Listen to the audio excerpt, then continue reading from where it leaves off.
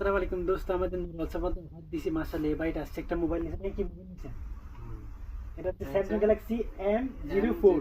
Price কত দিছি? 290 দিরহাম। 290 দিরহাম ভাই একটা মোবাইল নিছে ভাইজান। মাশাআল্লাহ অনেক দূর থেকে আসছে, আমাদের কাছে সবসময় আসে।